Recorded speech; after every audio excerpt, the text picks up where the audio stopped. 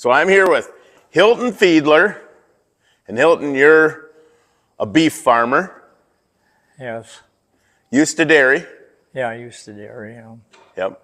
And you're on a 460 that you've had for a long time. I've had it ever since 1963, I think I bought it in that. Okay. So it was, do you know what year this one is?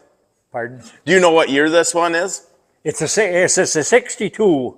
It's one of the last ones being, that were made. Okay. When they quit them in 62 or 63 in that. Since yep. Very few were made after this year. Where did it come from? It come from an auction down by Plum City, Wisconsin. That. Okay. And in fact, I think it was bought at a dealership in Durand.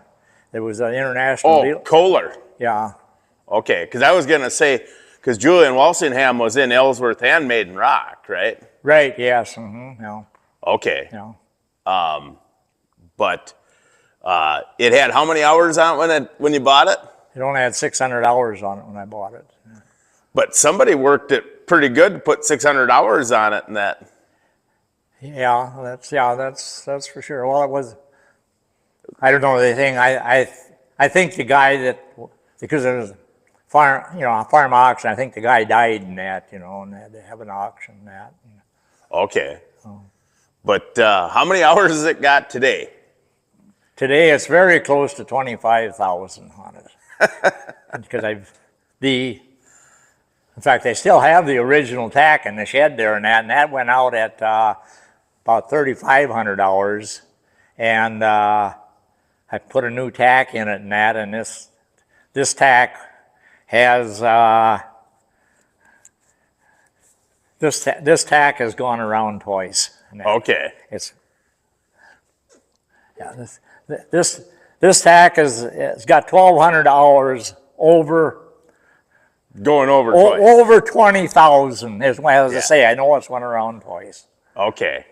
So how many times has it been overhauled? I think I've overhauled it about 3 times in that total. Okay. Yep. Mm-hmm.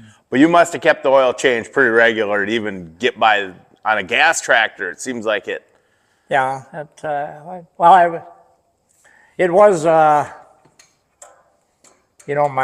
course now, I kept it quite often that, because now with the other tractors and that, I mean, they don't get that much use in that. I don't do the field. Well, I don't do the field work, that I used to, because I got that one there now that does a lot of. Yep. Lot of the field work in that in the spring, and then I'm not. I'm doing quite a bit of no-till and like that. So, but I used to. Well, I still have it. I got a 3-bottom mounted plow moldboard, and that was my favorite. Fast hitch? Moldboard plowing years ago and that, but I put. Was that 316s? 316s, yeah. Mm-hmm. With a fast hitch? Yeah. Mm-hmm. Okay. So yeah, you were back then. This was when you bought it. This was your big tractor then, right? Right. Yeah. Mm-hmm. I jumped from just had 2 H's in that, and then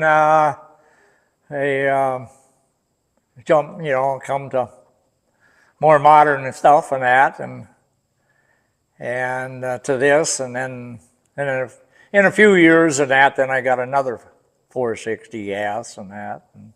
Okay. And that was they were the main ones in that, until and that one there I bought it at 886 in 2001 and that. So prior to that though, this was 460s were your big tractors then. Right. Yeah. Okay. We bought in 1980, we did get a 560 diesel in that I chopped with in that, and I run that until got switched over to that one there, then. So back then, you're moldboard plowing, because you were just raising feed, right? Yeah, right. Yeah, until in the 90s and that. Well, I never did ever sell any amount of hay. I always fed that, and never had a lot of corn to sell in that. It was into the 90s before I started having excess corn to sell in that. Yep. And then, of course, that's when we quit the dairying like that. So with this one then, so it did the heavy tillage, it moldboard plow it, you disc with the other one, or? Yeah, so we mainly, after we got the second 460, then done the mainly discing that until up until first,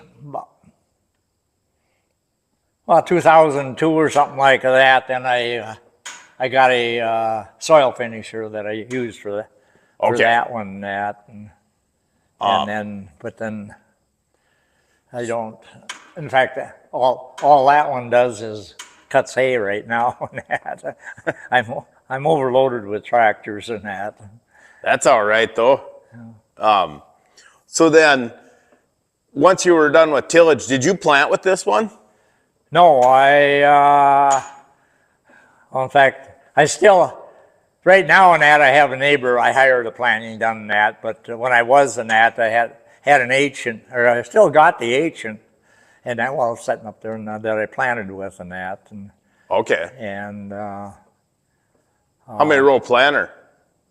There's only a 2-row planter in that. I still have it. It still works. Really? Is that an IH planter? Yeah, it's a 56 planter. Okay, plate type. Yeah, plate sound. Okay. Did you run dry fertilizer in it? Yeah. Okay. So I do 2 fields, 10 acres in that with it, just because the neighbor in that's got a 16-row planter in that, and well, I mean, you can get into any field as far as that goes, but the only thing, like a contour strip and that, you can't even make 2 rounds, and yet you got the field planted in that, Yeah. So. But how many cows were you milking back then? About 25 that's all the barn held in that, so. So were you putting up about 25, 30 acres of corn maybe?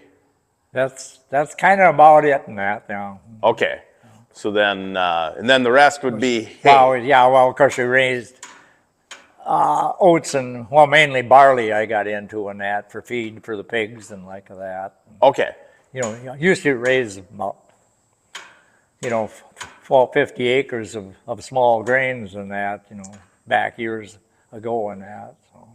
Well, you always needed a nurse crop for hay. Yeah, well, that was the main thing. Well, then when I switched to barley and that, I'd like to, because if I didn't need it for the grain and that, then I could chop that, and that made great feed. Right.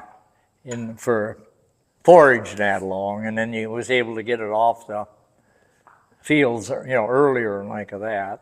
Yep, and then you could almost take another cutting of hay off of that. Yeah, and then there was times in that you get a cutting of hay and that, and then you didn't have the grain, like when you combine like that, you get some grain that regrows back up and that, and kind of eliminated that. Did you have your own combine? Yeah. Pull type?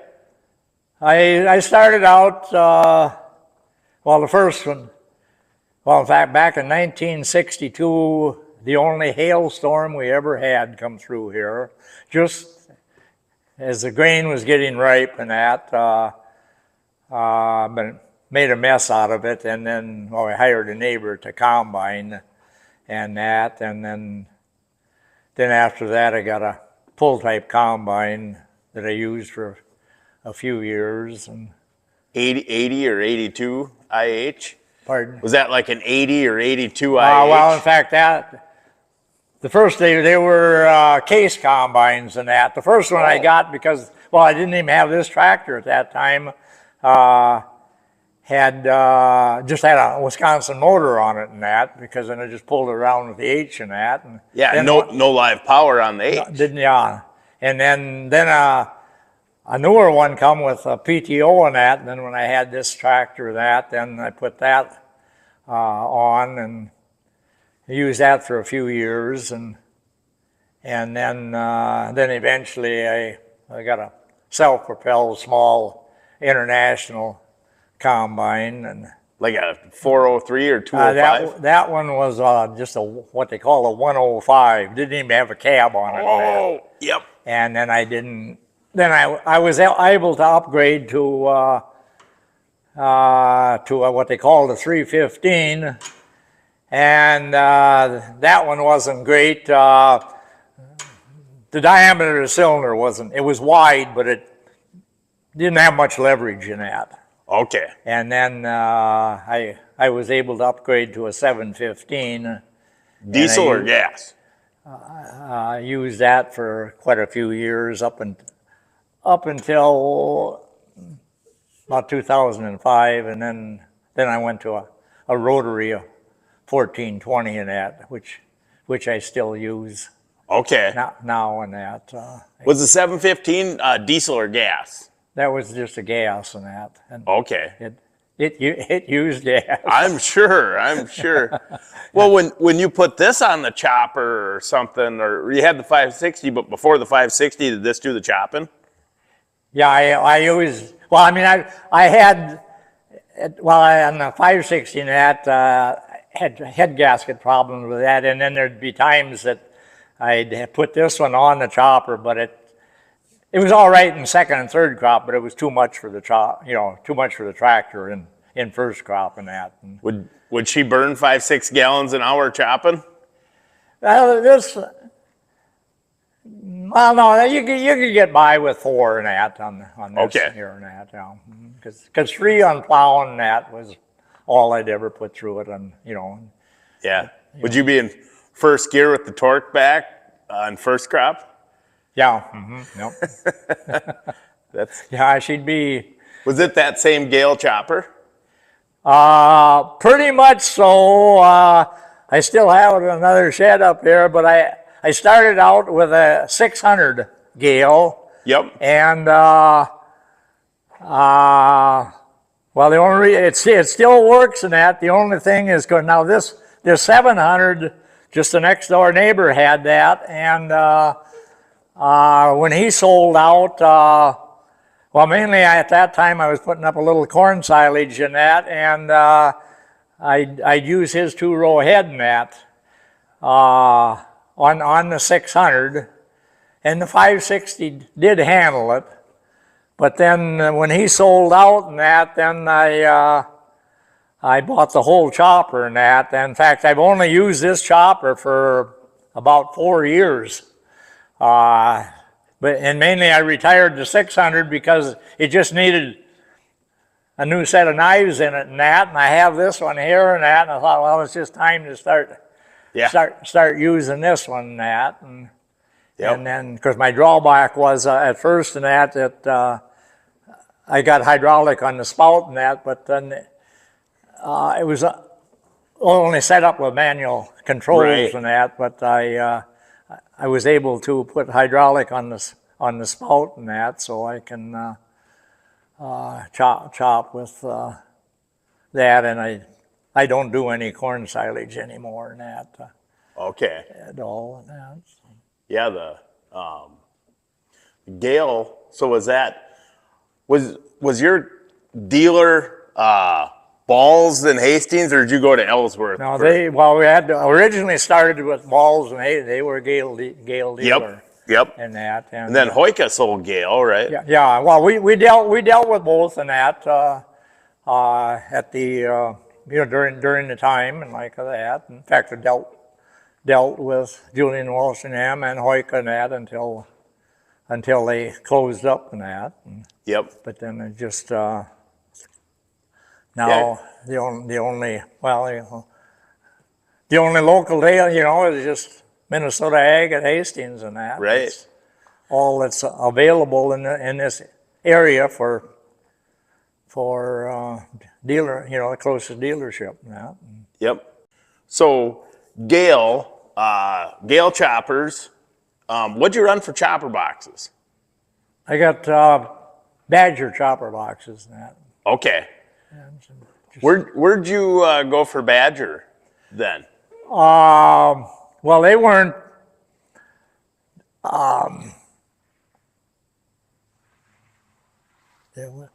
We did have by River Falls and that. We did have a farmer and that sold Badger equipment. Okay. Well, just on 29 where that Have a Hearts farm is. That's out there. Okay. Just by I don't know Yeah, by Peterson. Roger Peterson's. Yeah, just right close there and that. Because he sold barn cleaner equipment like that. Okay.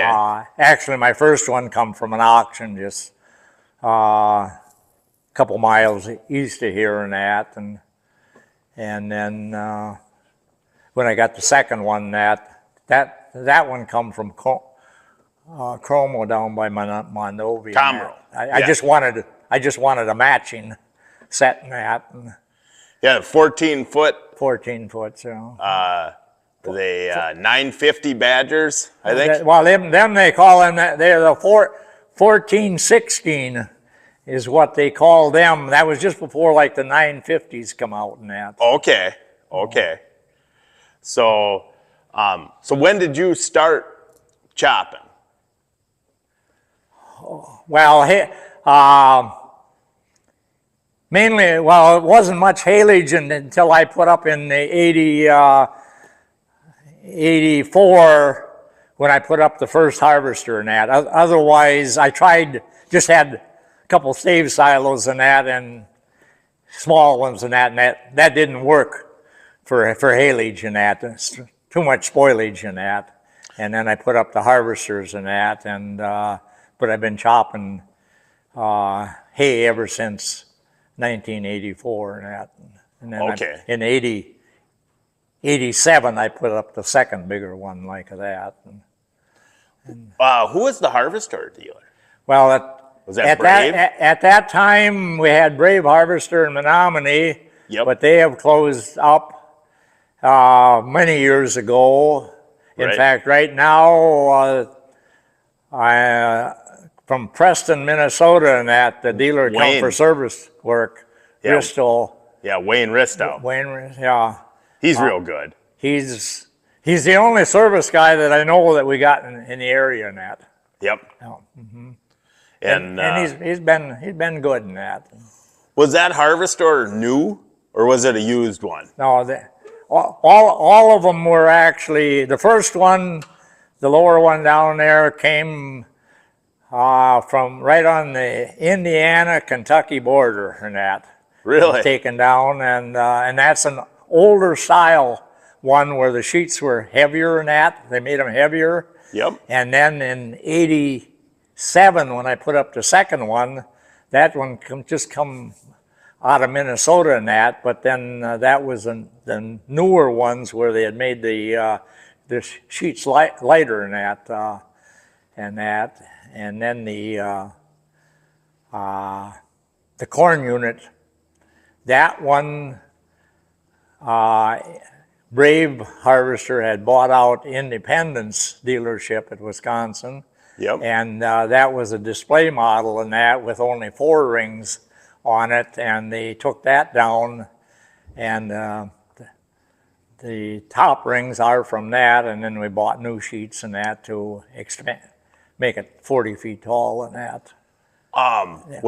So yeah, the corn unit, is that one, was that 14-foot diameter? Well, that one's 14-foot diameter, yeah. Yeah, you don't see a lot of 14-foot diameter silos.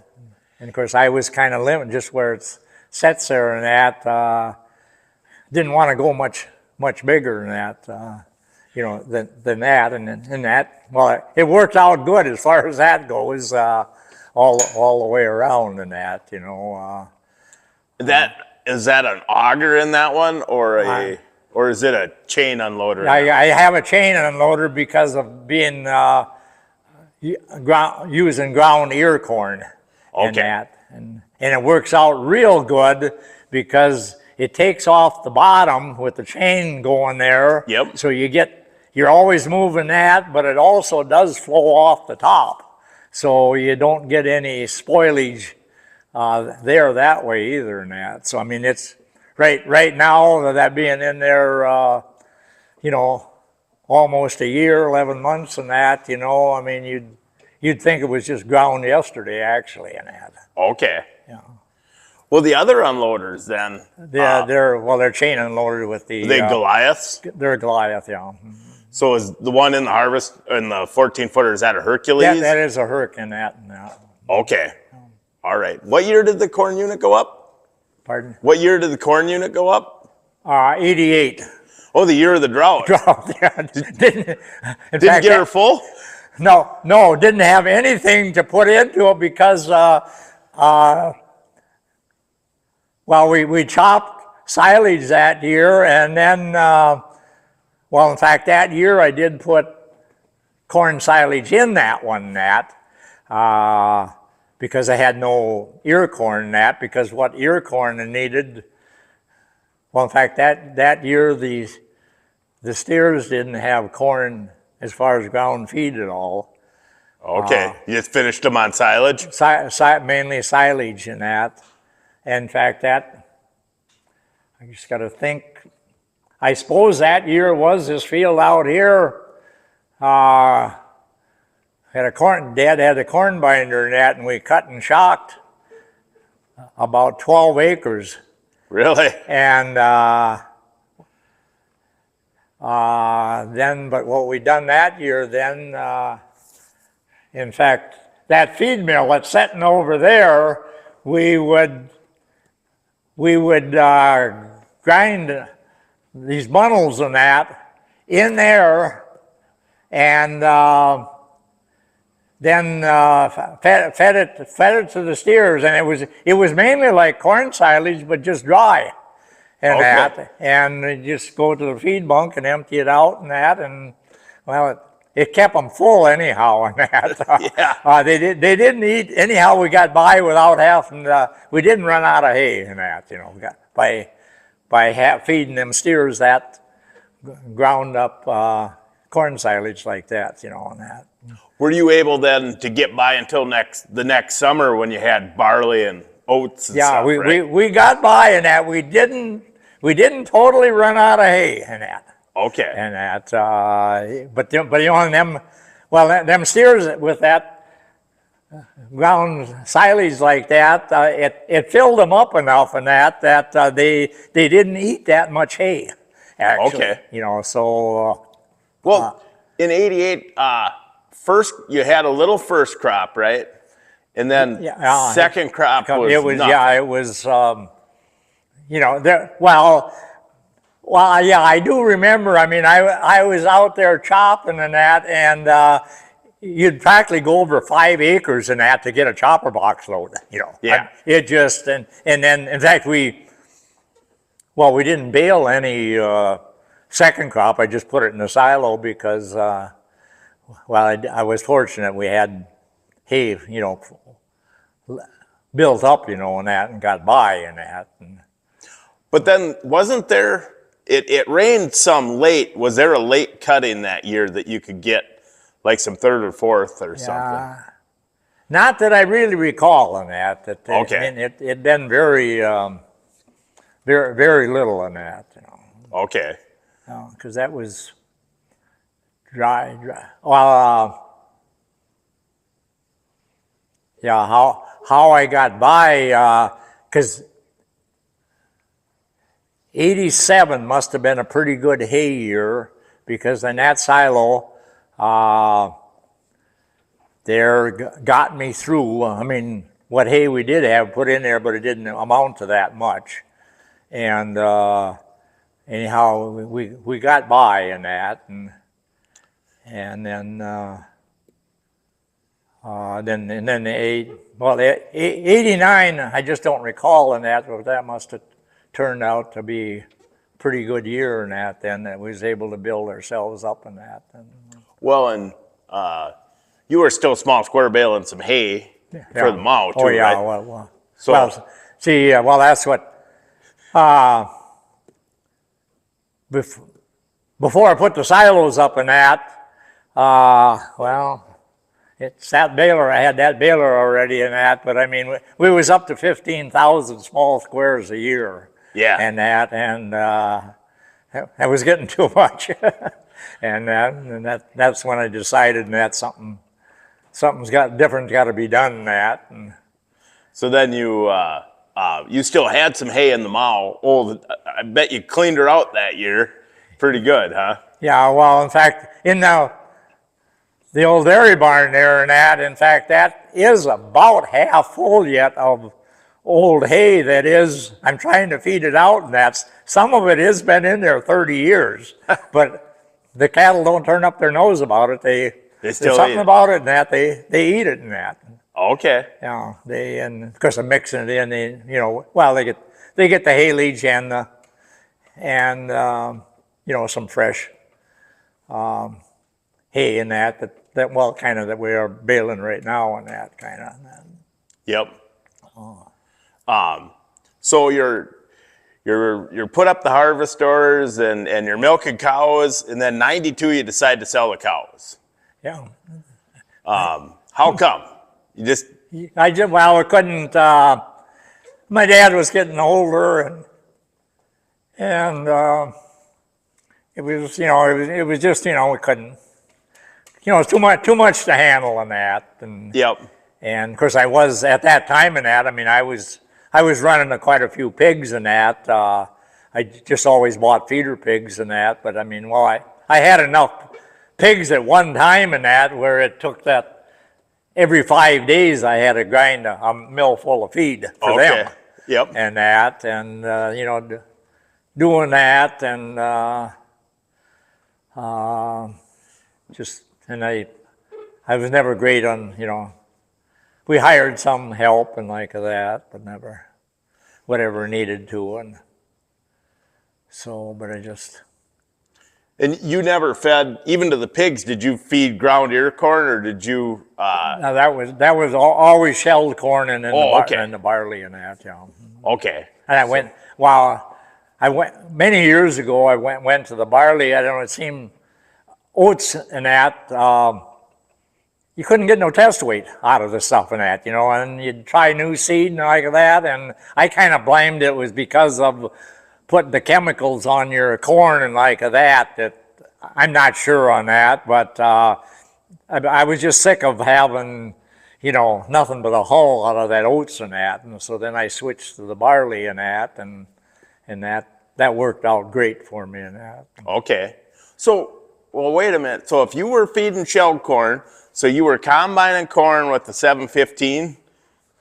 Yeah, well, at that time yet, and that, in fact, it wasn't until 91 when we had that Halloween The blizzard. and that I didn't have a corn head for the combine until then. I bought a corn head then because we didn't get the corn all harvested before that snowstorm come. Yep. And then that spring, then 92, the spring of 92, then I bought a corn head in that that I could finish up the corn. Otherwise that corn crib there, that was always ear corn, and then I still have it in that, a Moline sheller in that, to shell that out. Oh. That's where I got the shelled corn then for the hogs and that then. So you didn't have a bin then at all for? No. Okay. No. But were you planting 2-row and combining 4-row? If you planted it good enough, yeah. But at first in that, I would end up Taking picking 2 rows with a 4-row head. So you'd open her up and, you might knock a little corn down. You could get by. Of course, the only thing me planting with the 2-row planter and that, I had a tendency of crowding the rows between and I'd get them down to, well, they were kind of 30-inch rows. Yep. And so then, if it was standing good, you could get by, you know, kind of, but then now one instance, now this just happened last fall, because now on my combine Nat, I run a 6-row, narrow row head on it, Nat. Yep. And this field down by the barn here, Nat, that I couldn't get in for the high moisture, so I had to combine that. And by having them crowded like that, I couldn't take all 6 rows, but I could take 3 rows with the 6-row head, and you know, get it, you know, get by with it and like that. Yep. Yep. In fact, well, the neighbor up here has done it in that with 30-inch rows. Just you can actually, I mean, you're going to miss some, but you can go crossways of the rows, and you keep your head up and to practically pick up everything in that. Really? Yeah, well, the neighbor up here, because he has a test plot in that, and sometimes he likes to save just the end of it and like that, and has the rest of the field combine and that, and he'll go across the end there and that, a couple swipes and that, crossways and that, and I mean, you don't want to run the whole field that way, but I mean, you'll lose very few years in that, doing it, you know, in that way and that. So, I do. I mean, I run, and it works. And you still plant a few acres every year with the 2-row? Yeah, I do. Well, these two. Well, this one field out here and that, because around the buildings and like that, it actually has 7 corners in it. And I've been just planting that and picking that with the corn picker and that, and putting that in the high moisture and that. But what do you got for a picker now? I got 234 that I mounted picker, which I why I got them, because when they built them and that, they come out with them stripper bars in there, because well, 2 of the neighbors had them 2MH pickers, which didn't have the stripper bars in, and I always called them a glorified corn sheller, because each end of the cob and that had about this much shelled off in it and that. Well, yeah, that was, so what I had always heard about, like, the deer and the new idea was the deer had stripper plates like a combine had, and the new idea didn't. And they said the deer wouldn't husk worth a damn. The new idea would husk good, but the deer would pick clean. Yeah. Where the new idea, they'd say there'd be a trail of shelled corn. Yeah. Well, every row. That was, and then see, this field down here, one time I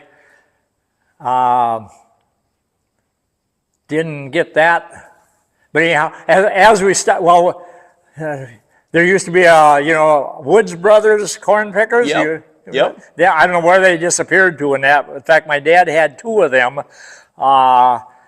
upgraded to a newer one but then we started planting thicker and all like that, and then that come and that, I mean, you couldn't get that through them rolls and that, because it was planted so much thicker than that. Right. And in fact, I had to borrow the neighbor's 2MH and that to get that field finished up that year and that, because it was just, of course, that was before I had this tractor with live PTO. I just had the H on it and, no live power. And so, you got really good at sidestepping the clutch and shifting her to neutral, I bet, right?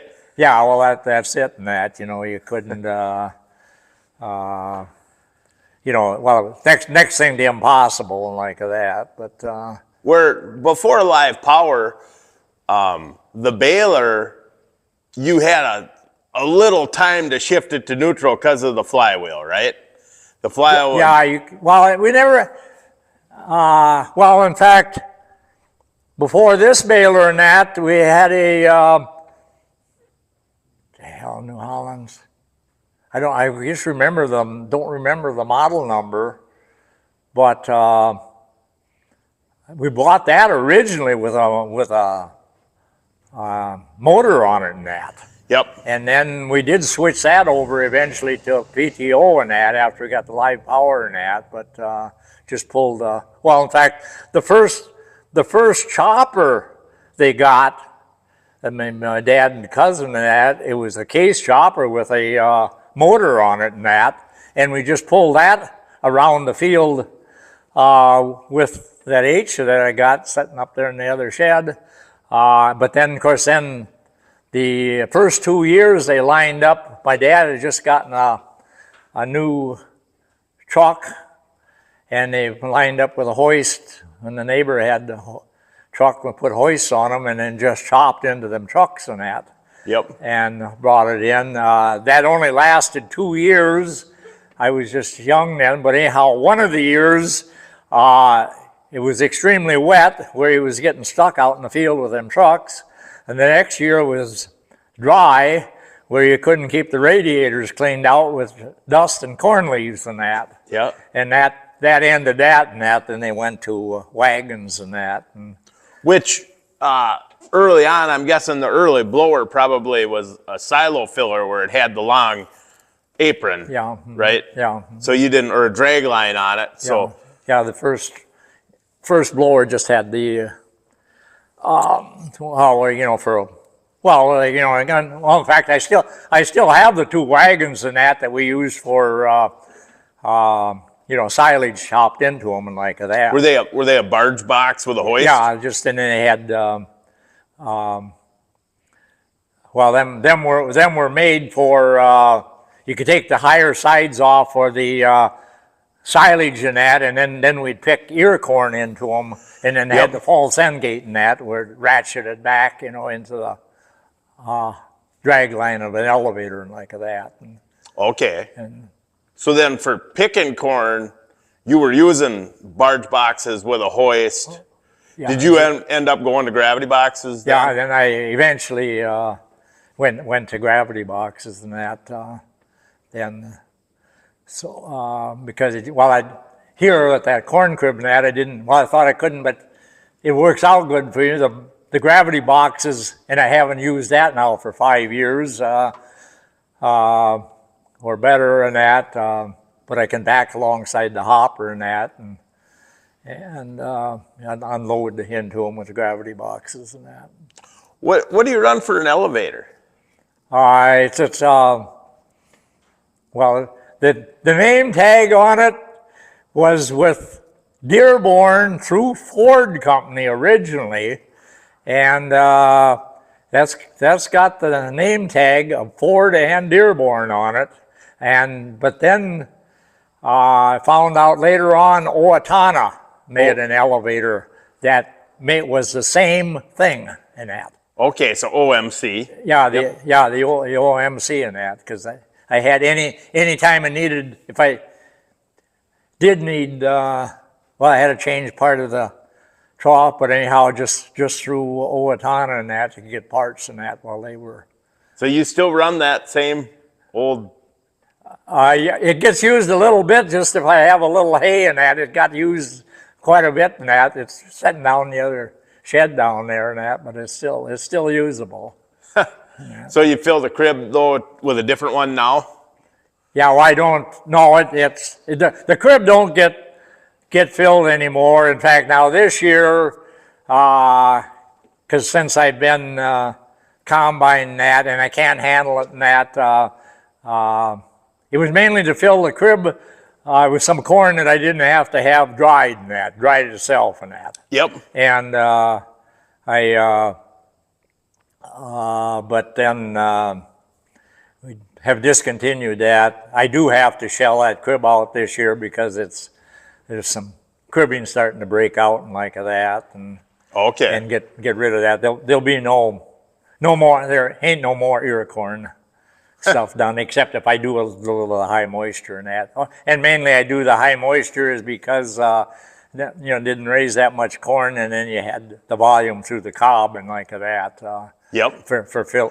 Well, I was always told that there was just as much feed value per pound in the cob, but the cob just doesn't weigh that much. Yeah, I've been told the same thing really in that, you know, and then, well, it's your filler and probably has some food value until like, you know, in that ear corn crib there, it totally gets dried out and something, you know, Yep. July, August and like that, and then it's probably not, and of course, I'm the only one that I know right around here that's done it. I mean, we got several corn units, you know, that they always just put, you know, high moisture shelled in like that. Yep. So you never put high moisture shelled in that, just always ground ear corn. It's been always the ear corn that, yeah. Okay. How many acres does it take to fill that then?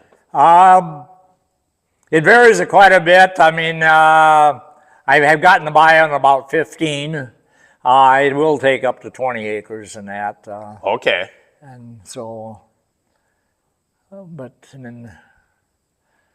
And you put corn, or you used to put corn silage in one of the Harvestores too? No, I never, only one, well, I did that first year, but then the bigger one there, the 2060 in, well, that would have been the late 80s sometime, just what year it was, but we had hell of a bad alfalfa kill in that. And in fact, we had to plow up the most of the alfalfa because it wasn't worth leaving. Yep. And that, it was winter kill on that. And then that year, well then, because we put this stuff all into corn these fields. And then that year, I did fill that silo with corn silage in that. Okay. Which worked out all right, but of course them harvesters in that, if you got any seepage in that, the only way that excess moisture comes out the door. Yeah. And I mean, it made a mess in the feed room. Well, morning and night you carried 4 or 5 gallon pails of soup and that out and that just to clean up this feed room and that, you know, and and then not. You know, and then corn silage does not work in a harvester. I got most over there just out of Prescott and that, they put some in there and that, but the only thing is, well, they got to have a recutter screen to grind it up pretty good and that. Yep. But it's got to be down, the stalks, moisture's got to be down that you're already able to, you know, take it for high moisture shelled corn. Like snaplage or something. Yeah, versus, right, yeah. And that's, Harvestores work better with drier feed. Oh yeah, definitely, yeah. And corn silage feeds better when it's wet because it ferments better. Well, yeah, that's for sure, yeah. But I mean, because the cattle don't like dry corn. Well, then see, it's like my child, when your husks start getting dry and like that, then it's hard to chop that stuff up, you know, fine enough that they'll eat it in that, you know. Yeah, when it's wet, when it's, you know, say 60 to 70%, then it just ferments the husk and they love eating all of it. Yeah. The only thing they don't like is if you get big pieces of cob, they'll... Yeah, well, I was always I know people that had trouble with that and that you know, they wouldn't eat the cob sometimes and like that. I suppose maybe it got a little bit harder. That, of course, see, with corn silage and that, well, you wanted it, well, anytime once it's dented and that, so you ain't losing the milk out of it. Yep. And yeah, we used to shoot by a half milk line. You wanted to... Yeah, because I can remember chopping when you'd have some, you know, it wasn't all dented and like that, you know, well then that milk would, well, going in the blower or even the chopper and that, you know, it'd be where that was the prime time, just when it was, you know, fully dented and that, so you weren't in that milk stage in that yet. Yep. So when you did milk cows, did you have a pipeline? Or were you using? No, we did go to pipeline. Oh, I suppose we had that close to 10 years and that. Okay. quit milking. Well, the thing is, see, everything was changing over. It was hard to, dealers with the old milk machines and like that, they had quit and retired and switching over to, but we did install a pipeline in that. So how big of a bulk tank with 25 cows? I had a 250 gallon one that. Was that a Sunset? No, it was a zero. Oh, you had a zero? Yeah. You didn't have a zero pipeline, did you? No, the pipeline was deal valve and that. Okay. No, but because it was generally all, well, it was a guy that sold Pioneer seed corn, and he was he sold barn cleaners and like that, and River Falls, and but then he retired, and then there was a dealer valve. Was that Cook or Cook? Coke? Yeah, it was Cook. Yeah. Yep. Okay. So then, where'd you ship your milk? Ellsworth. You did go to Ellsworth. Okay. So who was your hauler? Bob Donnelly was at last, and that. Okay. Yep. So just and then there was a Blodgett that hauled for a while, I guess, and there was Don Anderson. Yep. He hauled. He hauled before Donnelly took over in that. Then. Yep. Boy, Bob didn't haul much longer after you quit. Then. Yeah, I think he kind of retired from it after shortly after we in the early middle '90s, something like that. Yeah. Yep. Mm-hmm. Well, I know there's quite a few guys around here that ended up shipping to Hastings too. Yeah. But. Yeah, that was a big thing. Well, Hastings was a big outfit, at one time, and that, and then. And now there's no Hastings. No, I don't know what they ain't doing anything with the building. It's just sitting there, nothing. I heard one time in that they was going to start up in that. I can't believe that they ever will in that because of, right around here, Mike and Jeff Hildebrandt and Mike and Nat Fiedler over here are the only dairies that we got. Right. With except, and Peterson's up by River Falls. Yep. Because Pat Green is just about done. I heard that once, that he was going to. Jim Bowles still milks. Still milking. And then you got Paul Hooper. I think he's still milking out there. It'd be on that side road just going west of Pat Green's. Yep. There and that. Yep. I think he's milking, but he may not be milking either. Yeah. So there isn't many. No. In fact, down Double O there isn't a dairy all the way down to Diamond Bluff. There isn't a dairy on that road at all. Yeah, because Hoopert's and Kemmers and them are all. Yeah. Well, in fact, Hoopert's would have been about the last ones in that. Yep. Did you ever think about just expanding the dairy and getting bigger and doing that, or just? Oh, well, myself, dairying wasn't my. Okay, you just didn't. I'll go back a little bit in that because it was on the H in that, but Dad set me out on that on a 2-bottom plow, and he said, go out there and plow. And I love mowboard and plowing that. Yep. And I don't know what it's your slowest thing in that, but I don't know what it was about that. And in fact, my dad held on to a team of horses and that until there was no work for him to do, for him to do anything. And then I just always, in fact, he always, you were the field work guy, the tractor guy. Yeah, I just always loved my field work and that, of that. And of course, my dad and that at first, he done all the seed while he could and that, and planting corn and that, until it come that he, well, when he got in his late 80s and that, and I can see it coming myself and that, I mean, it's just harder to, well, in fact, I wouldn't even myself and that. That's why I like hiring the corn planting done and the spraying. Yep. To keep up with all that stuff and that. The Hildebrandt plant for you? Yeah, they plant for me and spray and that. And, Okay.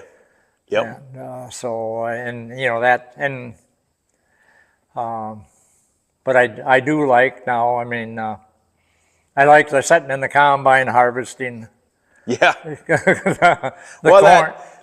that getting that 1420, that's a heck of a step up from that first combine, that 103. Yeah, yeah, that, I mean, yeah, there's no, and then that, well, I'm just fortunate with it. Now, see, that's one of the first rotaries, you know, I mean, that's, well, in fact, I did find out in that they actually come out with the 1440s and 60s first and that, and then there was a demand at that time for a little smaller machine.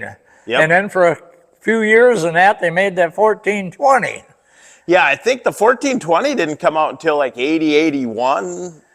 Good, Yeah, probably. Yeah, I'm sure of that because see well, it was the late 70s, I think, you know, 78 or something like that when they come out with the 1440s. 78, I think, is the first model year of the 1440, 1460. Yeah. But then I think the first one was actually built in 77. Yeah. If I remember right. That, but they consider, I think they're all considered like 78s. But yeah, then the 1420 came later and the 1480 came a little later. And it just so, well, for me at that, well, in fact, there's a dealer down southern Wisconsin that had this advertised in a paper I get, and this, I haven't been down there, I can't think of the name right offhand now. But anyhow, it was advertised in the paper and that, and this guy seems like he just deals in good, you know, used machinery and that. Yep. And I seen it in that, and I called him up, and and it was in harvest time and that, and I didn't have the time he wanted me to come and look at it and that, and I says, I'm going to take your word for it and that. And I sent them a check on that, and they delivered it and that, and I've been happy with the machine. It's been a good machine for me in that. It does a super good job in cleaning and all like of that. And in fact, I mean, I can go out there in the bean field and that, and you don't have any bean pods or anything in the tank and that, and even with the corn and that, and I get it. I can't go real fast in that, but I mean it handles that 6-row head just fine in that. So you got the 6-row head with the combine? No, I didn't in that. I bought that separate here just a few years ago in that. Is that an 863 or 963? It's a 10. It's a 10. Oh, it's 1063. Okay. Yeah, it's got the newer because it's got the roller pump. Water pump bearings. Water pump bearings on it. Yeah. Okay. Where the 4-row head that I got and that didn't have that and that. So and that's been. Did you have the 4-row head for the 715? Yeah, I got that for the 715 and that, and of course that there. Well, I knew when the rotaries come out, I knew that was for corn and beans. I knew that was the way to go because they were built for like the corn shellers and that. Yep. And of course, what happened on the 715, the rasp bars were getting wore down for what grain I was doing. Yep. They needed to be changed in that, so I changed them in that. And well, then right away, I mean, I had ground up corn, you know. Yep. And there was no way, kind of no way avoiding it in that. And then that's what really prompted me to go to the rotary one and that. And How long ago did you get that 1420? that would have been, I'd say about in 2005, maybe. Okay. Got it in that. If I checked back on that, I could find it in that maybe. But I went, well, see, I went, well, I done, I just can't remember, but I was, well, as I say, I mean, I done, and the 715 was kind of doing all right in that until you know, they changed the RAS bars, and because I mean, I had so many fines in it and that I was ashamed of the corn and that, you know. Yep. And I always knew in that was the right, and that's one thing that International had to jump kind of on the other, Yep. you know, makes in that, because I think all of them got rotary combines now. Yeah. And, you know, Yep. Yeah. You remember when they came out and they had them up at Balls or Julian Walsingham? you know, mhm. Yeah. Because IH didn't have a great market share in the combines. You know, they had really dropped off. And Well, yeah. See you know, the old 15 models and that. You know, I mean, Yeah. they were. Well, they'd run them for many years, and in fact, I think at that time that's when Deere kind of maybe took over the market, maybe a little bit more. Yep. From International like that, and then of course, see, there was, well, that was especially when Case and IH merged in that. That was a little, people didn't fall for it quite so much. In fact, they had, well, like the 71 model tractors, when I know Balls over there and that, they had a hard time selling them because Case was on along with them. Well, just like that one there. See, it's Case International, and the International people just weren't falling for that Case on there and that. Yep. And in fact, it took me quite a bit to change, you know, to realize in that because they, and I think, well, I think it was kind of a little bit with the combines too, and that people, the International people, just weren't falling for that change in that. And so. But yeah, then the Magnum turned out really good. And people liked the axial flow, and you know, the combines, they liked them, and you know, because I mean, it's what I've. Well, I mean, I know now because with my, and it's got my 1420. I'll hopefully, well, it should do me what time I got with it and that, and I mean, yeah, speed wise, I mean, I can't, you know, but the only thing with me, I basically, well, like with my beans and that, I only got about 40, 50 acres and that, but I sell them right out of the field. I can have a load to go to Randolph or Red Wing that in the morning when it's still a little damp and that. I can come home, I can combine another load, have that go down in the afternoon. I can get back and combine another load. They're right on the truck. I'm not handling them and that, and they're gone and that. And yeah, you got a little single axle Chevy, right?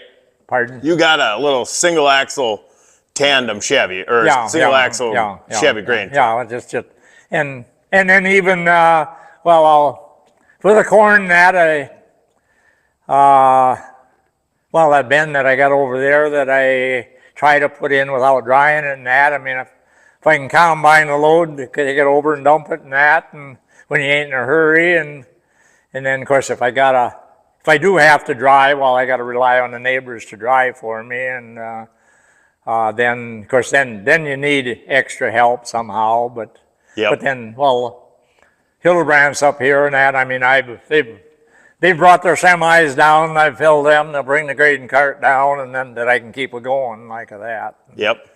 Then when you're pushed, but then of course they put a new system in now this year and that, but other times than that I've been, I can't, if I got to dry, I can't dry until they're done and that, you know. Yep. And that, but then I don't have,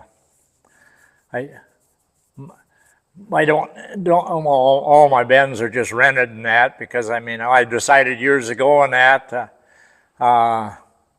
it wasn't feasible for me to be putting up bins and storage and all like that, you know, and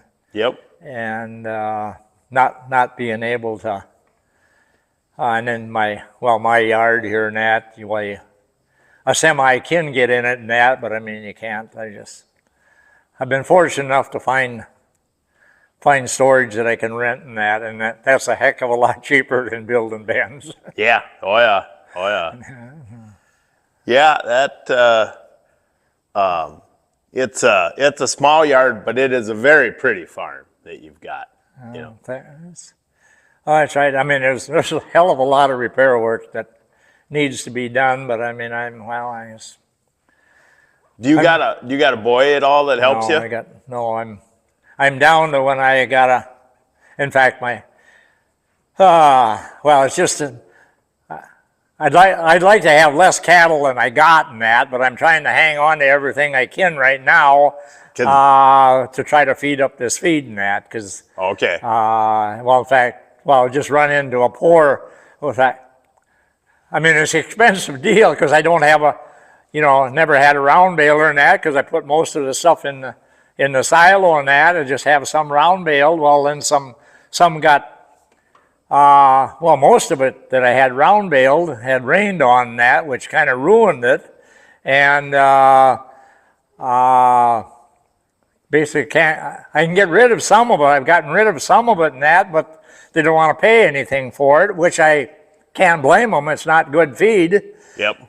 But then see, I got $15 per round bale tied up in this stuff. Into baling. Yeah. Well, I got, between the two parties that have baled for me and that, I've got almost $4,000 tied up in round baling, and just to get it off the field. Yeah. And try to feed it up or get rid of it somehow and that. And yeah. Hopefully it never happens again and that. And, yep. Because I had, in March I had my second hip done and that ain't turning out too good. I got one hell of a lot of pain in that with it and that. And, so you farmed with your dad. Yeah. And then, so you didn't have kids? Pardon? You didn't have any kids? No, I never. Okay. Did. I was married in that my wife has died a couple of years ago on that, but she never, it's a shame kind of in a way in that, but the way things are going now for the farm, for the small farmer and that, I mean, it's tough. It's pretty hard to keep, you gotta upgrade to a certain extent. In fact, I did. Well, I haven't gotten it yet, but I like having my corn stalks worked in a little bit and that, and I bought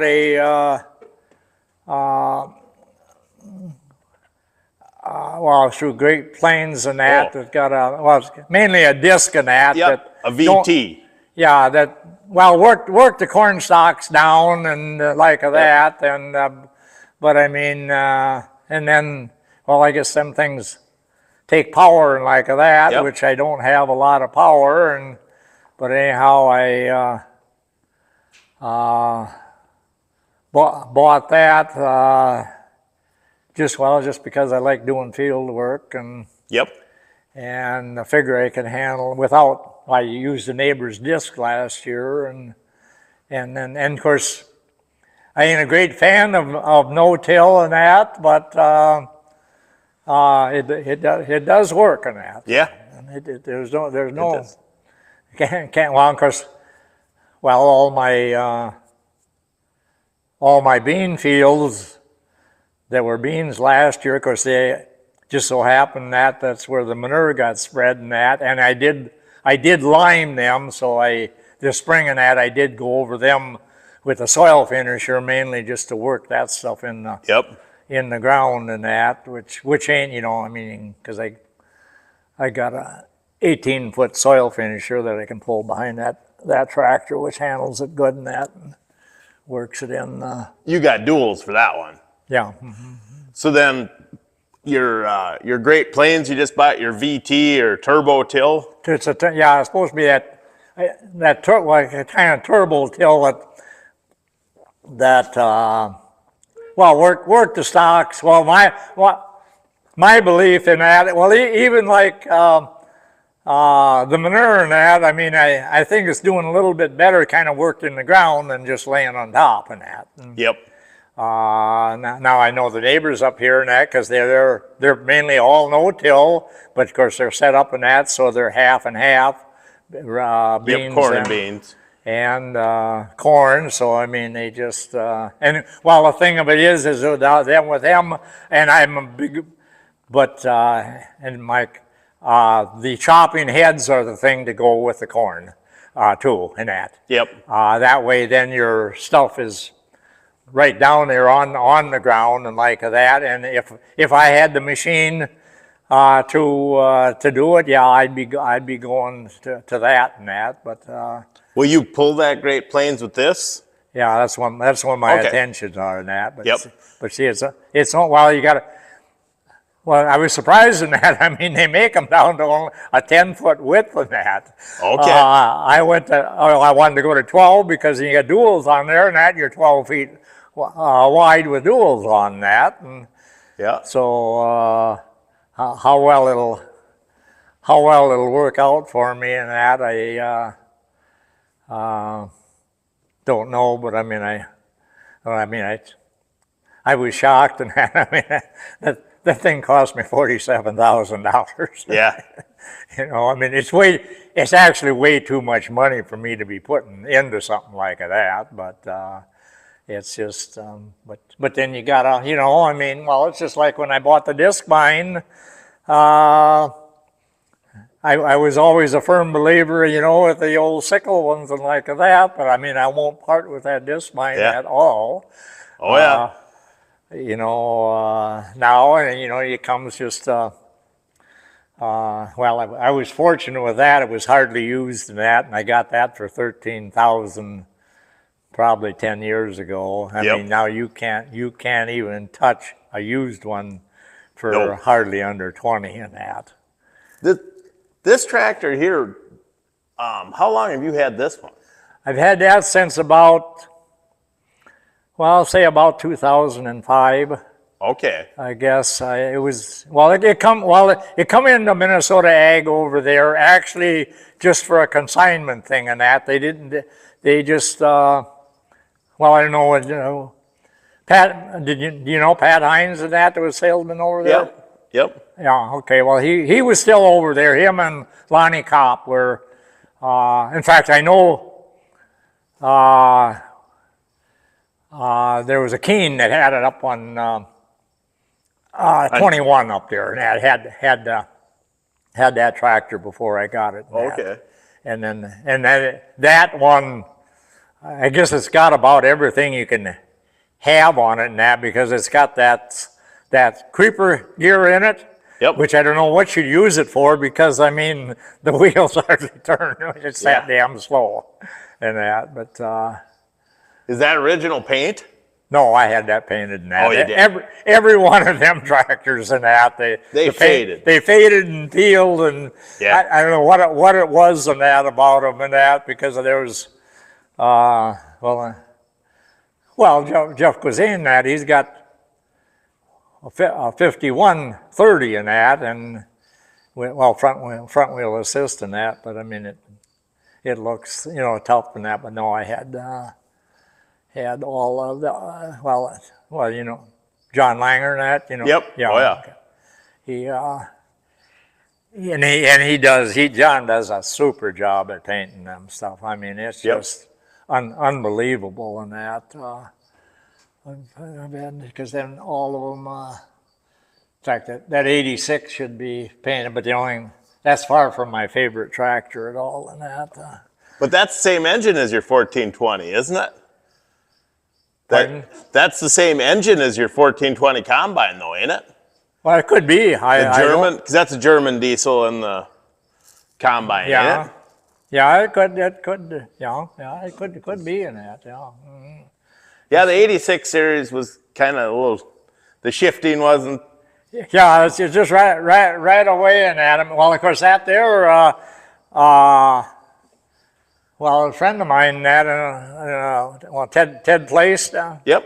You know who he is, that? Yep. Well, when he had his, well, it had been in 2001 when he had an auction there, but anyhow, I was there and that, and well, they got down to 4,000 in order to get a starting bid on it and that. Oh. And then, well, then another guy was there and that, and then I said, yeah, bid. Well, then it was at 6,500 I started bidding and that, and well, then I got it for 85. Okay. The only thing in that, it didn't take me long in that, and I had another 85 in it. Oh, really? Yeah, I had to put a clutch in it. Well, it needed tires.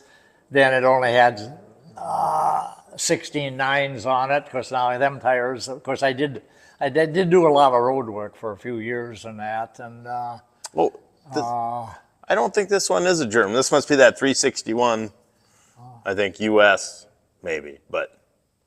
Yeah, I'm not, but, well, and the air had to be, well, it's all changed over and that, and which the only thing is, until, and that ain't a great cab and that, but you don't, but any cabs that were on track, you're around in Hennikers and that, I mean, don't even, you know. Well, that's still better than no cab when it's cold out. It was, but it is, I mean, well, I've kept the air up on it, and the heat and all. Well, the heat has never been a problem for me. That has always worked, and then I did well. Then before I had that one, because I got a snowblower and that I put on, and but then this one here was weight. He was on the clutch all the time, and that. Okay. But I put the snowblower on the 5240, and well, then one thing that's good is they didn't have a rear windshield wiper on that one there and that, you know, and then it gets full of snow you couldn't see in that, because you use the rear windshield wiper on the snowblower more than anything in that, because I had the snowblower. Hell, I didn't even. Well, the first in that I put it on one of Jeff Cozine's tractors and that, and for a few years, and. Because I bought the snowblower already back in the 80s sometime. And that. Oh. I figured that was the 560 wasn't going to do it. No, I did. One year I did line up in that. But then that, you know, without a cab and like that. Yeah. You know, it's just because, well, you know, if you're out in the open like that, you know, no problem in that. But I mean, you get around buildings and that, you know, and you got snow coming every different direction that. What did you haul manure with in the winter? Well, I mainly, in fact, sitting out around the corner there, that I had two of them New Idea manure spreaders in that. One I totally wore out. It's sitting down in the shed down there just as a protection for a gate, and then in about 83 in that, I bought a 218 New Idea manure spreader. Yep. It was, you know, well, about a 300 bushel in that, and then I still got that now. Well, now what it is, my barnyards and that, year round, they mainly get cleaned every day, even in the winter time, as much as I can. Yep. And that, and then, but then in the summertime, well,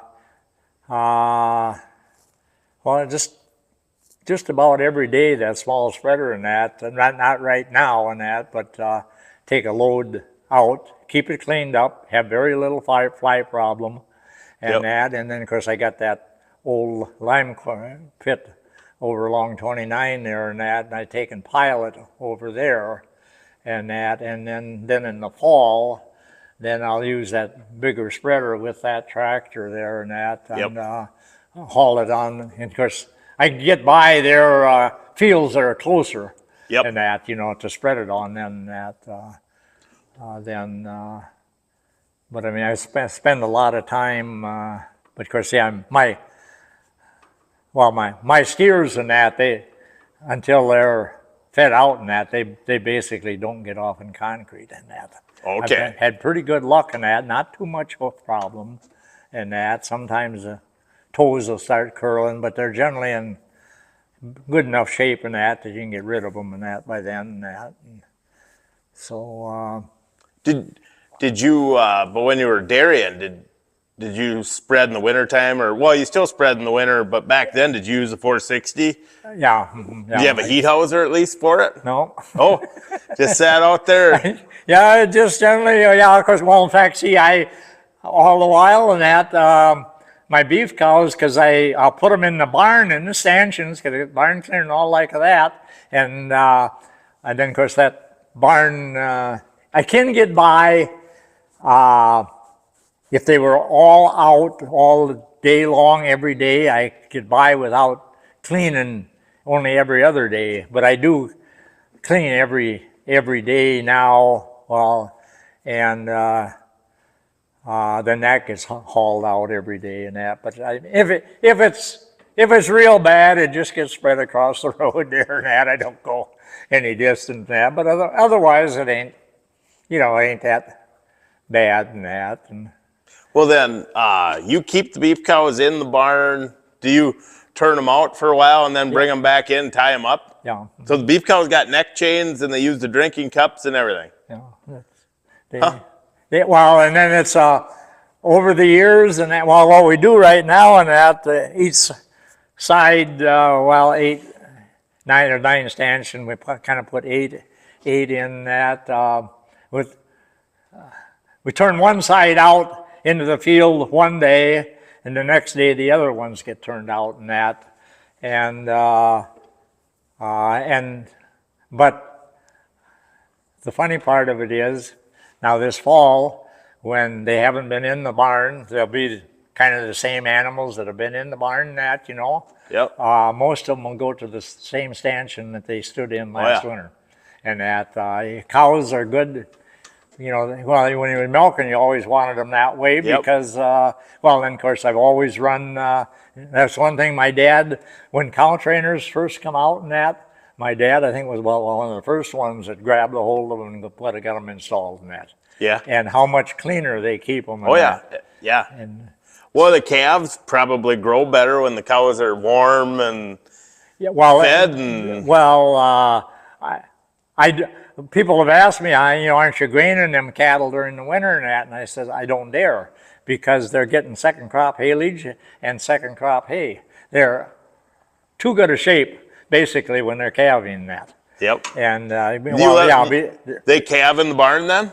Some will start out. I used to in that, but now I'm lined up so that I've backed off on the calving a little bit later in that, so that I can get them out. Because when they're in the barn, that you gotta tie them up during the day and at night and that, and then you gotta put them on the cow, for a while. And in about 2 weeks' time, that calf is strong enough and that you don't want to handle them anymore. Yeah. So then I can get them outside and on their own like that, and we weed them out just as fast as we can. But what I like about it is it's a little more work in that. But we got the barn there where place where it's warm and that, you know, and Yeah. because then see like that feeding a high moisture corn unit that's got to be carried out in 5-gallon pails across the barn to get it out in the feed bunk and that. And it's not the worst job in that, but anyhow, I've just the time is coming very close when that won't be in that. That's for sure in that. So. Well, can we take a tour of the barn? Pardon? Can we do a tour of the barn? Yeah. Mm-hmm. Yeah. So yeah, here's the crib that she's gonna get shelled out, and then that's it, huh? Yeah, that's it. Well, I know it's gonna look like it. Them doors don't show up here, and that, they never get used and that. And yeah. And but I mean, it's getting in, and of course that's a little bit hard to take to in that. I mean, I helped build a damn thing in 1960 in that. I mean, we went out to the woodland and that and cut the logs and hauled in the river falls and had them sawed and all like that. And now, well, there's no use. You know, I can't. And well, for many years when that, I mean, we'd fill the driveway too solid with corn and that, you know. Really? And it was all right. The only thing is, if it wasn't dry enough, then in the spring you had to get it shelled out and that because it's, you know, starts spoiling that. Yep. But you know, and that was easy and that because I just set a gravity box up at the corner there and that, take the skid loader and dump into that, and the sheller was sitting there and shelling like that. There was no shovel, and of course I got the other side of the crib. I got How old is the corn that's in here then? it's 5 years old. Okay. It's a rat's nest is what it is. Well, she's dry enough, I bet. Yeah, well, the only thing is surprising though, I've had maybe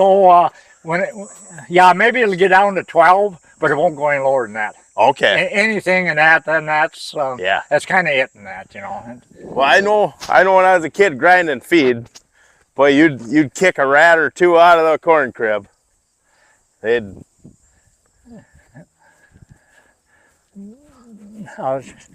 Here it was built, and that I can show you.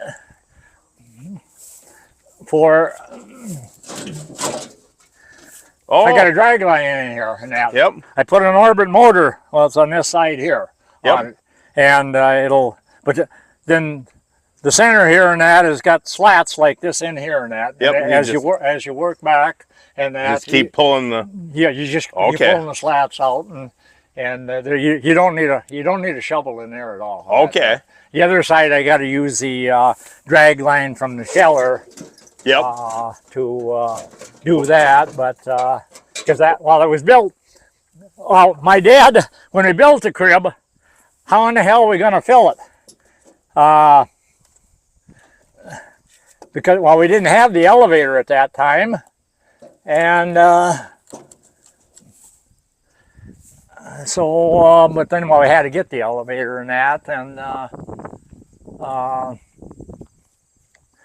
that. But anyhow, this here. But then at first and that, there was many years and that this here was just all ground out on this side here. Yep. You know, and that maybe I had a little to shell out there. One thing I got to tell you a little bit about that feed mill and the H sitting in there. Didn't have the 460 yet. Ground ear corn with that H on that feed mill for a couple of years. Yeah. And I was in there, I mean, just opening it up like that, you know. And I was holding the corn, had the hopper sitting down there, and the corn it got away from me in that. I couldn't hold it back enough. I just... That she was going to kill the H? That H, a new tractor will not do that. That H kept going. I could count the PTO shaft going around. It was going that slow. Yeah. I was able to hold that corn back. The tractor pulled out of it and that and kept on it going.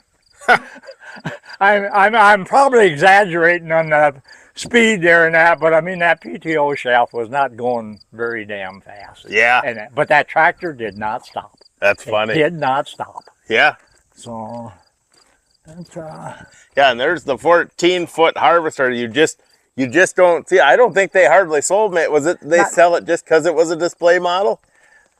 yeah, well, yeah, I don't know on that. Well, you know, see, I mean, it was hard to. Well, when I put that first one up down there, at that time there was about 9 of them in this area.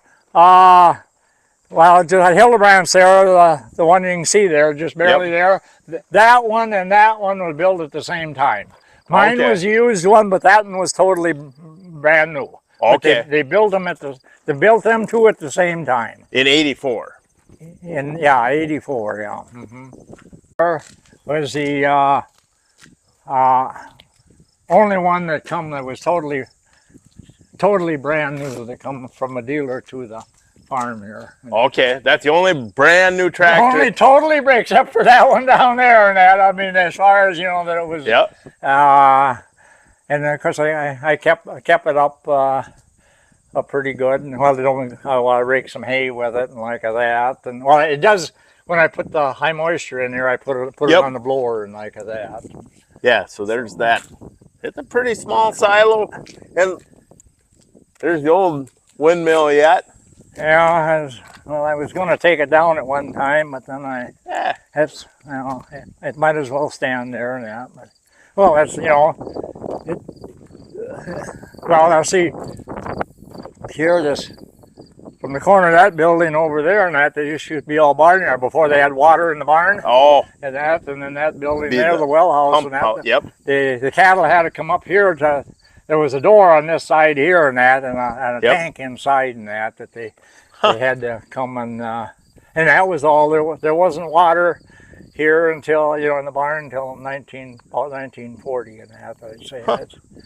And those are still the original Badger, one of the original Badger boxes you started with? Yep, so it's the only ones that I've ever had in that, because at first and that I only had to buy been the one that's down in the field down there, because then we was together with Dad's cousin like that. Oh. And he had bought a Dion one and that, which I wasn't real happy with. Well, then when he sold out and that, I bought a hayrack wagon that from his auction like that. But I was just thinking them things need a paint job and that again, but won't happen. That. Was this the farrowing house? Yeah, well, it was the hog place and that, you know, that run, of course, see, the hogs could go out there in the steer yard, then behind the steers, because now what it is now, and that, see, it wasn't originally until I had this silo here, but we used to just feed them up there in that yard, but now with the feed bunk of that down here and that, the steers have to be brought out here and that into this yard and that, which works out fine. That. How many steers do you feed out a year? Oh, there's probably dozen, something like that. Well, it depends on. Except this year was a disaster in that. Out of about 20 cows and that, I only got 5 bull calves. Ooh. That's certain, you know, and that. Everything was heifers and that. Yeah. And well, heifers feed too, though. Yeah. Well, I got 11 of them out in that yard over there. The only thing is, now this last year and that, I right from pasture and that, I sold 5 red because I didn't need them and that. Sold 5 red heifers last fall. Got about 1,700. A heifer? A head? A head, yeah, for them, you know. Okay. I had 7 of them this spring. I got 2,300. Oh. So. Yeah. And, so that's what my intention are of. Boy, this barn What year was the barn built? Pardon? What year was the barn built? Who knows on that? I've never found a date. Well, just getting back to the great-grandfather and like that. Now, on the abstracts and like that I've looked over, there was, from what it was homesteaded, this property, Yep. well, it would have been back in the 1850s. Yep. And that. So there was at least 2 prior owners from then. That's when I'm assuming like this barn, and because that ain't the original house up there, but Yep. it was built. Because I'm sure when the great-grandfather come here, this barn was already here that then. Yep. I never, but well, it had to be in that.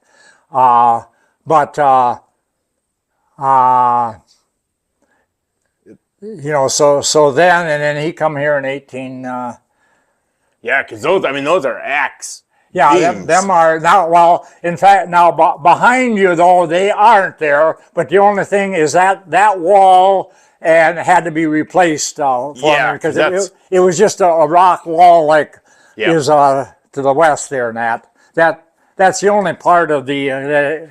So and then this flooring had to be all done. So you used to milk 4 cows here. Yeah, and then they had this here. Of course, a couple times. Well, back in 1953, that's when Dad put the first barn cleaner in, and then this side here was originally just for heifers in a real short stall. Like Yep. they only milked the 9 cows, I guess, on the other side. Oh. And of course, then as the cows got bigger and like that, then we lengthened out the stalls there, but everything had to be moved this way. Yep. And then of course, originally this here was horse stalls over here. Oh. And Yep. that there, and then a door in the corner over there, and of course that eventually went out. And So, then, so then, is there a second barn cleaner? Is there 2 barn cleaners? no, I got it. That's just a gutter over there then. Yeah, well, on that platform down over there is a blank gutter going underneath there. Well, here, let's go over here. I can show you better. Yeah. 'Cause it was only Pat's barn cleaner. Huh? It's a Pat's barn cleaner. Did you know of Les Sullivan that was dealing River Falls? No. Okay. But anyhow, in fact, he didn't. He was a Pat. But when I started dealing with him, he was kind of getting out of it and that. But anyhow, it comes down there. You return. It's going underneath here, and then just goes around the corner wheel up there. Oh. And that. So I mean, all this. I got as much idle chain as I got, but then in fact, when trying to install here, but just going around that corner wheel there, and then of course we had to go underneath the manger here twice. Yep. And that, and So this chain goes around, yeah, and then around here. So it's one chain. one chain, and of course you do have they call this Reverse type here curve. a loaded reverse. Oh. See, it's a lot heavier than the one that's underneath here. Okay. And that, and then you got one over at that corner there. Yeah. Where I've had the trouble in that is a cow can come in here, happen to slip in the gutter, tip one of them flights back, and get some straw back there, and then the thing is tipped back, and the damn hook comes around here and hits that corner, and it'll hook that damn corner. Ooh, that'll stop her. That stops her. This one ain't bad, but then that one's underneath the platform. Yeah. Yeah. There, but I mean we've gotten by and like that, but So then I can smell the haylage. That Harvestore Yeah, haylage okay. smells good. So Harvestore bunk conveyors. yep, it's all. I'll turn a light on in there for you.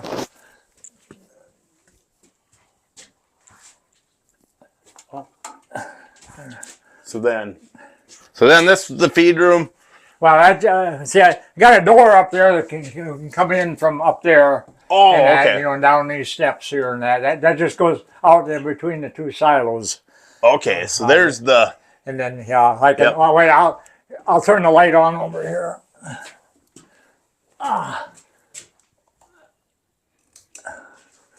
Okay, so there's the. Yeah, there, and then the conveyor, of course, that was quite a, when I quit, well, this stuff all wasn't here and that until I quit milking that. Then Yep. then I put the conveyor through the barn. Is that the original unloader? No, I've had, You swapped it out? yeah, I've had them backbones and the trough here, and like they kind of rust through and that. No, that's both silos have had the second unloaders in them and that. Okay. It's, That's the old Hercules. Yeah, but that one's original. Oh, really? I gotta walk over and see this original 14-footer. Yeah, because the only thing is I haven't, but at first in that, because I got hour meters and that on them, but 10 hours a year is all that this actually runs in that. Really? It don't take that much to do. I've had to have the motor off. Yeah, One time, I think, but I don't know if I've ever seen a 14-footer. Well, there's that. Phil Most has that one on that farm on 29. That's an all blue top. oh yeah, That one might be a 14. yeah, that's only a 14. Well, that might be a 17. See, I think that is. that's a 17 with a Herc in it. But Yeah. well, I remember. See that? Well, I checked up on that, and that one was built in 1959. That silo. But Okay. and of course they only had the Herc unloaders at that time, and then but then you can't reverse the arm on a Herc unloader, you know, to like you can on the Goliath and that. Yep. And that's where the problem was with the Forage, and that, you know, if you got stuck. Yep. And that you can reverse the motor in that, you know, and that way, but you couldn't reverse the arm. Yep. And that, and then of course, well, now when the two Forage ones there and that, the chains didn't last all that long at first. Yep. But they beefed them up so much considerably. That Wayne talked about all the stuff they've done to these, and they got them figured. Wayne knows how to make these unloaders work. Yeah. There, but I've never seen a 14-footer in, you know, other than yours. You know, driving by yours. Yeah. That But I think Jay Hooper's up there, but I think that's a 17. I think that one. Yeah. Up by Peterson's is 17, and then that one's probably 50 feet tall, and that. Yeah. But see, well, at both of these here, there used to be stave silos here originally, and that. But then this one was only a 12, and that one. But then, when we put that 14 up over there, that would have been in middle 60s, something like that. That's just when they were starting to come out, you know, 20-foot diameters like that. The staves were all the same, and that. On a 20 and that, they were tight together on the outside that you didn't have. But on that 14 that, you had not an open crack, but water could get in there, and that it'd run down that, and it'd peel the plaster off, thawing and freezing on the inside. Oh. And that, and you couldn't hold a plastering job on it at all. And that, and I just knew then it just wasn't working out and that, and then. And these are nice. Then they're convenient. Were they a lot of money at the time? Well, yeah, considering well, now of course, being used in that, I had about 30,000 for that one down there. Okay. Of course. Now, whether it was all through Brave or like that, I don't know, but they acquired it, and they probably being that far away that they didn't take it down themselves. Right. Anyhow, got a hold of it, and but I had the only thing on that one there, which they did. It had the heavier steel in that to it, which could be expanded all the way to a 90-footer. See, that made a difference on them. And that of how heavy a steel was on the bottom. Yep. And your stiffener irons like that. But then there's, on that base and that, there's 60 yards of concrete in that base. Oh, wow. You know, they put the base in that it could have been expanded to a 90 if you ever wanted to. Okay. Now this one here and that, no, you couldn't do that with that one. Okay. And that, and I think there's only 45 yards in this base here and that. But this 14-footer being small like this, was this quite a bit cheaper? Yeah, it was, well, see, it was, I just forget on that there, what it was originally. I don't know. I suppose maybe I only had 10 grand kind of in this one here, you know, with the unloader. Yep. Because this was a used unloader.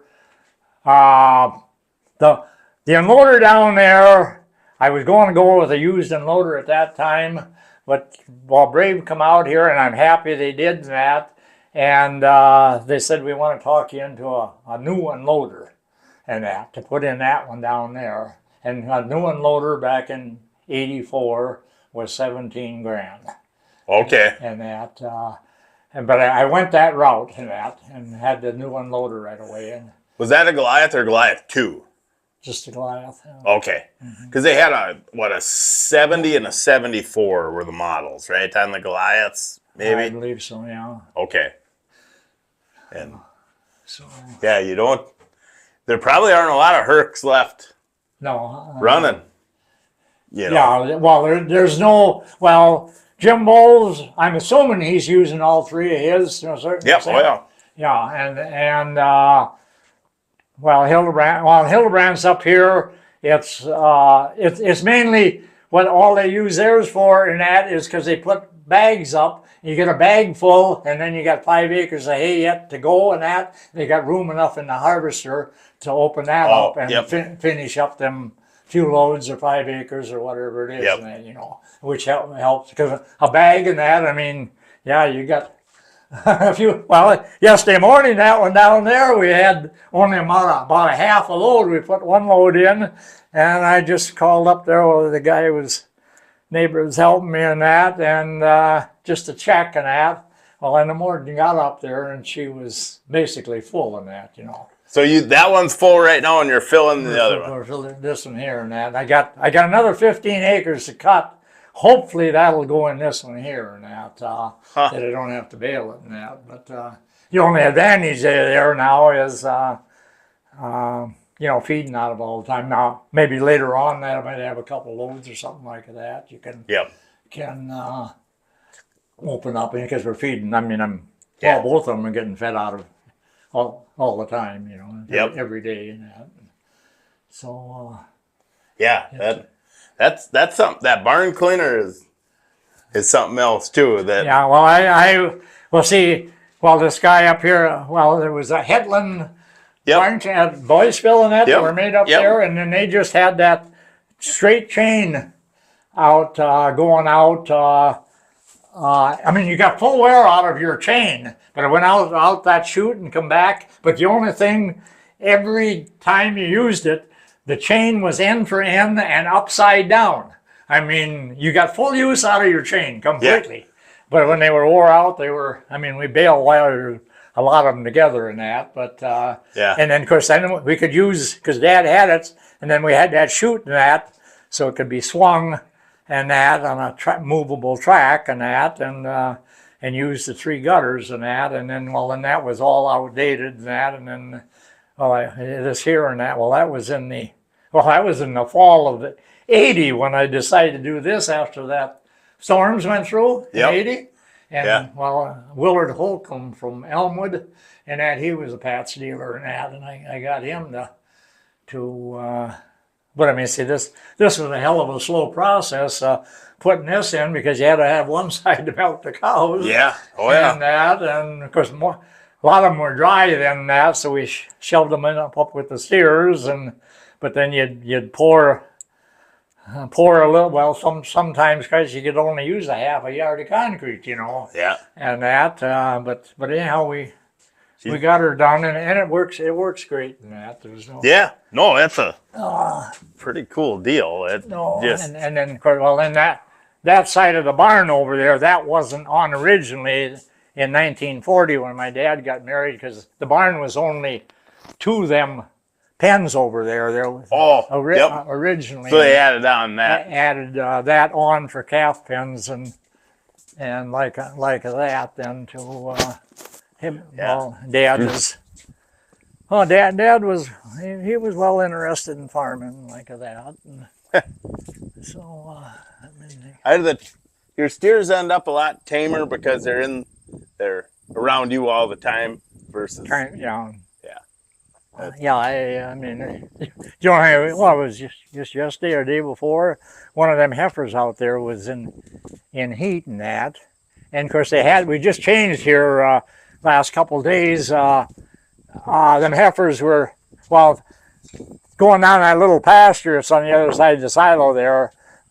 There's a lane that goes all the way along the line there. See, Mike and Matt Fiedler own that land there and that. Yep. On the other side there now.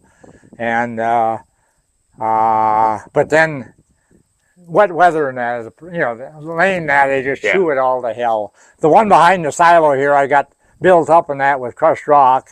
But then if it's too wet like it was this year and that, we just kept them out of there and that. And then, but them heifers were down there. And see, now these steers here overnight and that, they go up in that yard up there. Okay. And then the heifers that are out there in that grassed area, they can come in here and eat haylage. And then the cows now, well, I just to clean it up because otherwise they were just locked in that north yard there and in the shed and like that all the time and that. But now being it's dried up now and that, we can kind of,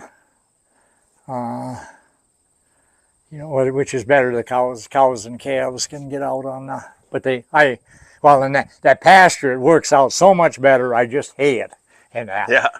Than having the cattle run down there. And then, of course, to get into couple fields there and that, I got to go through the pasture. Well, this way the gates can be left open and all like that. So so the cattle can get. Okay, this is gated off then, so you can. Yeah. Well, when the cows are in the barn in the wintertime, then I fence this little field here. Okay. This cornfield here. Yep. And then they can go out there on that, and then.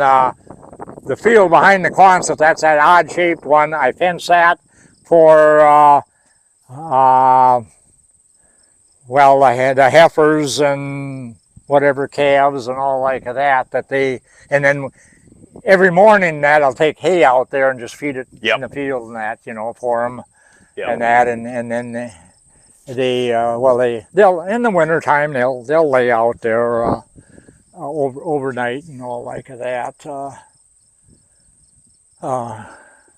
Pretty much so in that. Yeah. Just had to put new waterworks in here last year and that. That's because I still have. I don't know if you'll ever notice this. Take note of that. You got a water tank like that, and you got a water fountain there. They'll drink out of the water tank and not touch the fountain. Yeah. And that I've noticed this for years and that. That they'll do that, and of course that was just the water tank used to set on where the water is there, and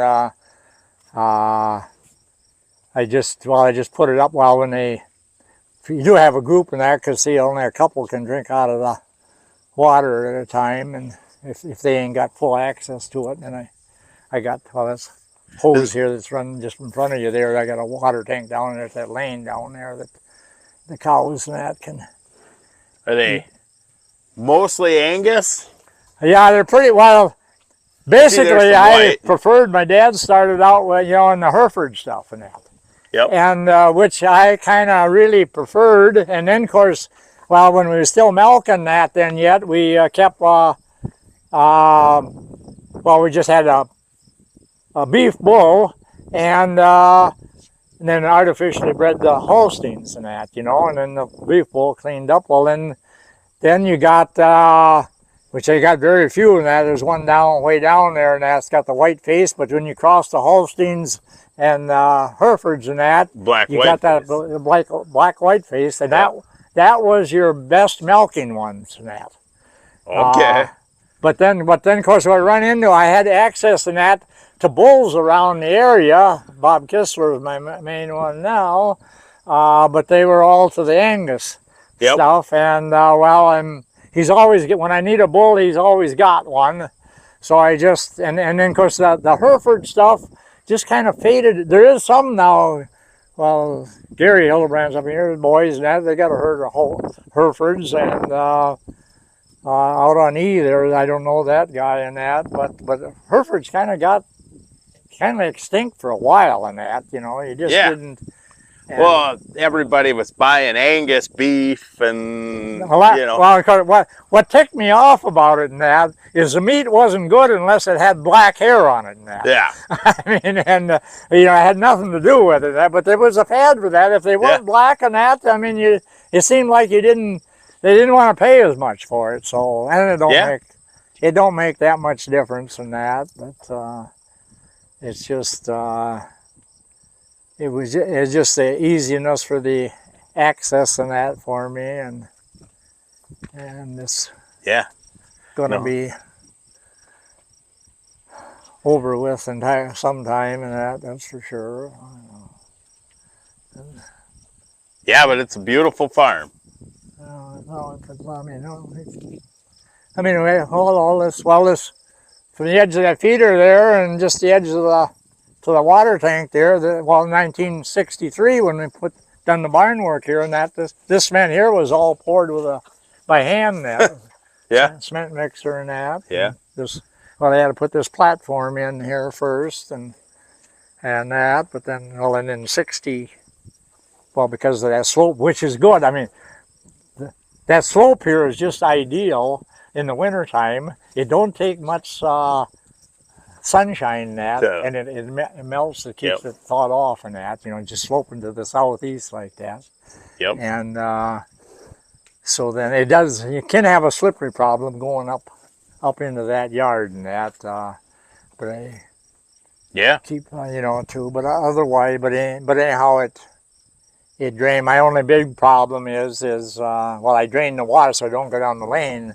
I got a berm down there at the start of the lane there that takes it out into that field there, and but then that's where there is no corn there, you can't get any closer than that, because I try to keep the manure cleaned up as much as I can. One year I had to get a backhoe in that to rake it away from the fence and that. And so.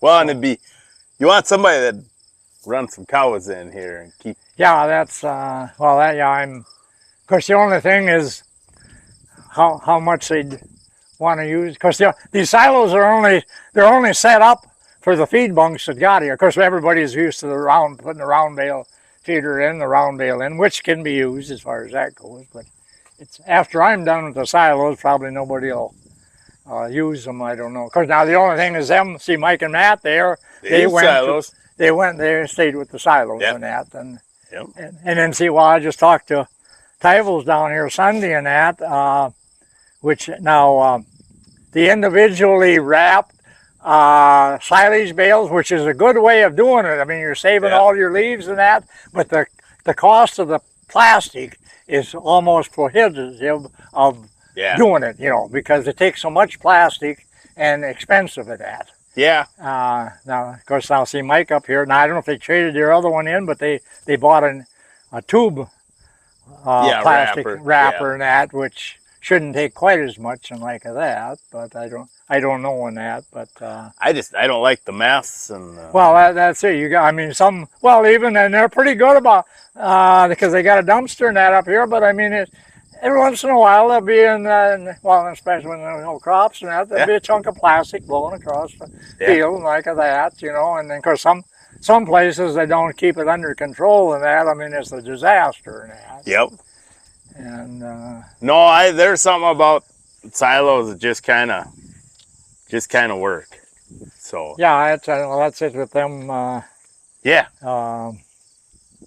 But And then, of course, anybody that's, I mean, there's nothing wrong with the TMRs and all like that, but of course, well, it's all money in that, no matter everything costs money. everything that you do in that, you know, I mean, yeah, no matter what, you know, and your baggers and that, I mean, and it seems like, I mean, Tyble's down here, well, they're in with Mike and Jeff and that, but I mean, it don't seem like they last all that long, or they trade them off, and yeah, well, there's nothing cheap about nothing.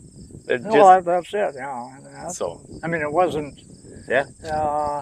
Well, of course, I was fortunate here in that. Well, I had when the silos were up and that, I had them paid for that. Yeah. You know, I was lucky that way in that. You know, but. Yep. But. Well, I suppose. Well, thanks a lot, Hilton. It's a beautiful farm. Thanks for the. Well, yeah, but you look close in that, and well, I'm just kind of what my intentions is in that is that steer shed roof up there is needs, and of course I went to the house is done, the well house, feed bunk down there, the back of that shed, but I went to the steel. Yep. On it's expensive because Linda's done that and that, but anyhow that job there of the house, the well house there, the milk house. One of the front sheds down there is the back side is done. Yep. But not only about half of that, but that was a $66,000 bill. Yeah, I know it. But the only thing is, it should have been done long. See, except for the barn and the granary there, I've reshingled all these buildings a couple times in my lifetime. Yeah. Right away, the Quonset down there, of course, that's what the sticker or culprit do, and that because now see the straight seam stuff like on the house here and that you can't, that won't bend around the around there and that. And in fact, you got the kinks there. But anyhow, that building in 1961, the longest steel that you could get was only 12-foot length. You didn't have the stuff in the rolls. Yeah. And it was just that 1.5 inch corrugated or whatever they call in that. That's all that was available. Yeah. And in fact, there we had. It come a seam. Over the top, being there's no peak in that building, the 12-foot sheet had to go over the center and only 6 feet down.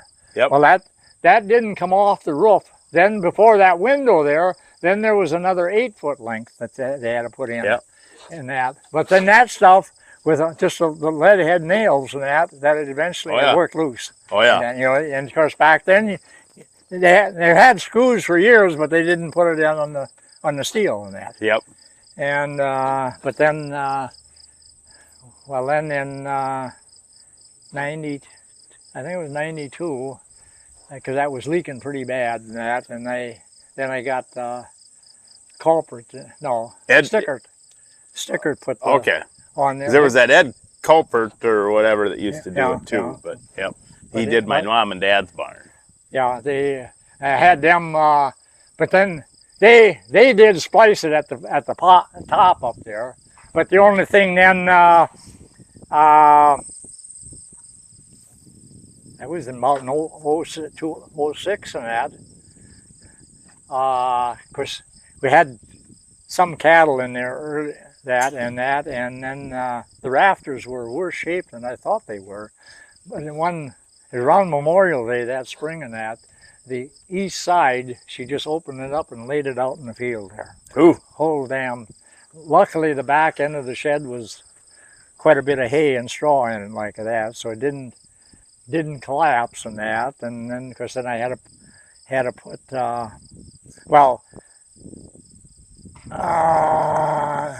down at Independence down there. What's the name of that outfit? They make rafters. I can't think of offhand. Did you know Al Hines? Yep. Yep. Okay. I had him do it and that, but anyhow, they said I had to put rafters in every 4 feet and that. Yep. Well, not, which was fine, but not until they were built. Didn't realize they were only half of the rafter that the original rafter was. Yep. And so then, but we got it back. Yeah. And then they well, I had to. Yeah, I stickered done it originally in that, but then I called them and that, and I got no response from them at all in that, and I had to get culprit to come back Yep. and redo it, which they done just as good a job in that. But you got no nails exposed in that. Yep. Like that. And, Yep.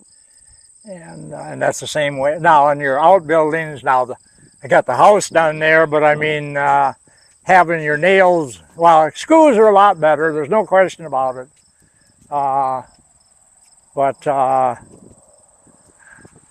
Screws are a lot better than the nails. Oh, yeah. Like that. Yeah. No, it's a beautiful farmstead. So, yeah.